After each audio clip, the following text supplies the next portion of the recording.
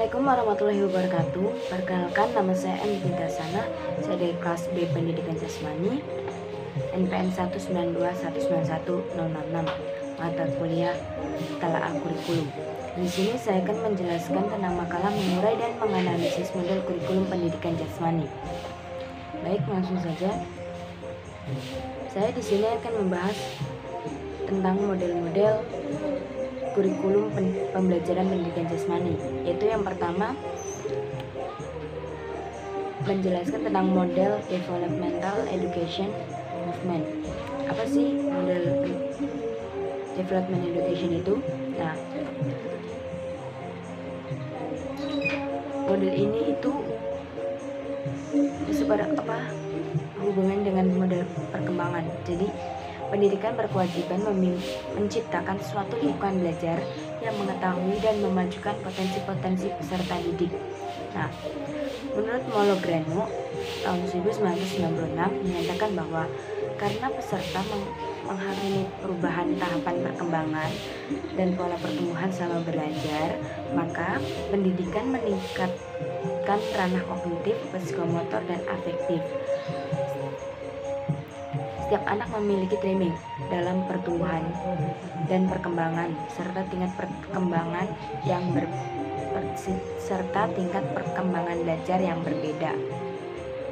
Nah, hal ini berarti bahwa keterampilan dasar diajarkan di sekolah dasar, diikuti oleh berbagai jenis aktivitas atau unit tema, termasuk berolahraga sepanjang hayat di sekolah lanjutan. Model perkembangan ini menempatkan peserta didik pada inti kurikulum. Guru merencanakan pelajaran dan kegiatan yang akan dilaksanakan dengan memperhatikan kebutuhan dan minat bakat anak. Peserta didik memutuskan pemanfaatan gerakan dalam kehidupan dan berpikir reflektif akan konsekuensi dari keputusan yang diambilnya. Selanjutnya saya akan membahas tentang model kurikulum sport education.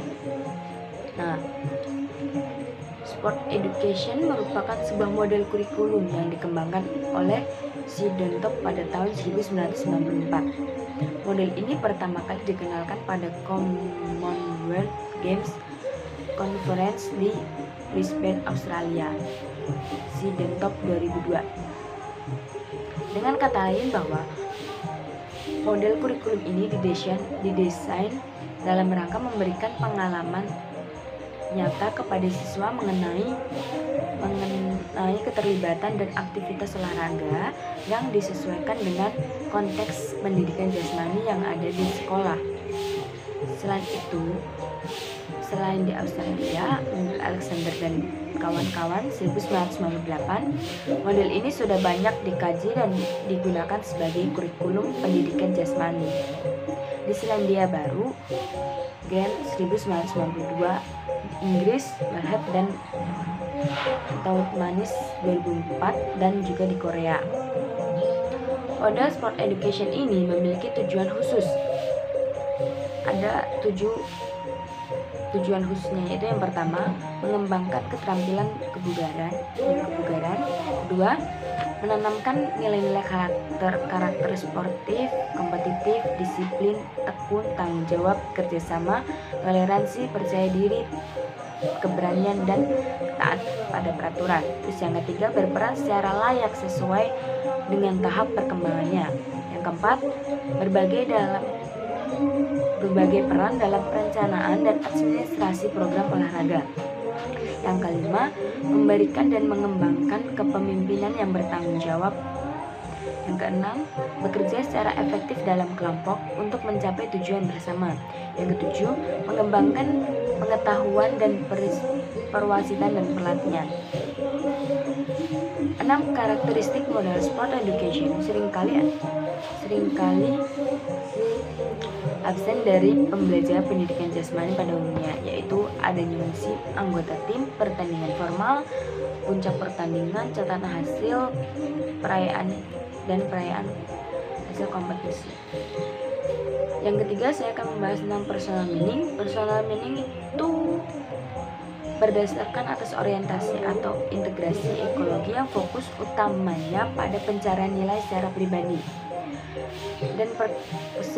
dan perkembangan individu secara holistik menurut Jared Bain dan Ennis 1994 menurut 291. Jadi hal itu berkaitan dengan perkembangan individu dalam konteks sosial tertentu dan menekankan pertumbuhan akan pertanggungjawaban.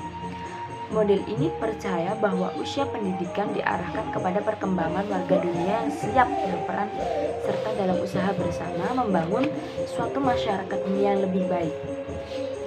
Model ini berdasarkan asumsi bahwa agar suatu pengalaman menjadi pendidik bagi pelakunya, maka proses tersebut haruslah mempunyai manfaat yang penting bagi individu.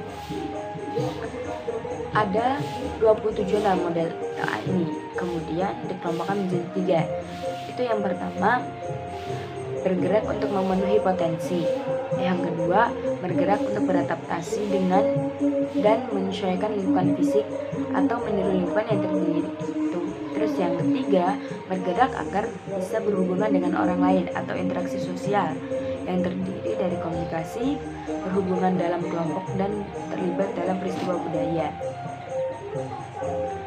Yang keempat, saya ingin membahas tentang model kurikulum Health Related Physical Fitness.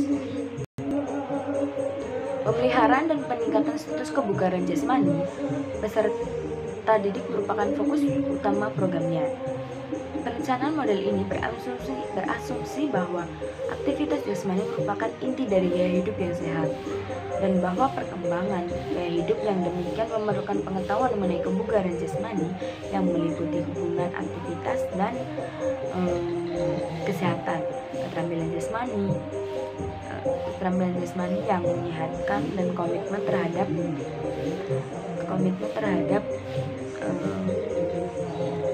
keutamaan latihan.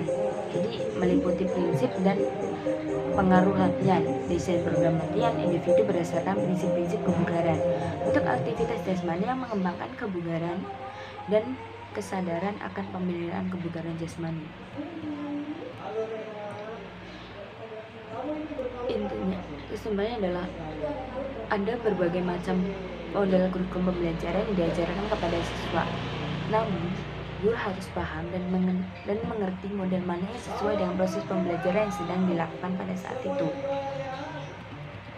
agar nantinya pada saat proses pembelajaran di kelas akan terjadi secara efektif dan efisien, dan adanya hubungan timbal balik atau rangsangan dan respon antara guru dan siswa. Mungkin itu yang dapat saya sampaikan. Mohon maaf apabila ada kesalahan. Wabillahi taufiq wal hidayah. Wassalamualaikum warahmatullahi wabarakatuh.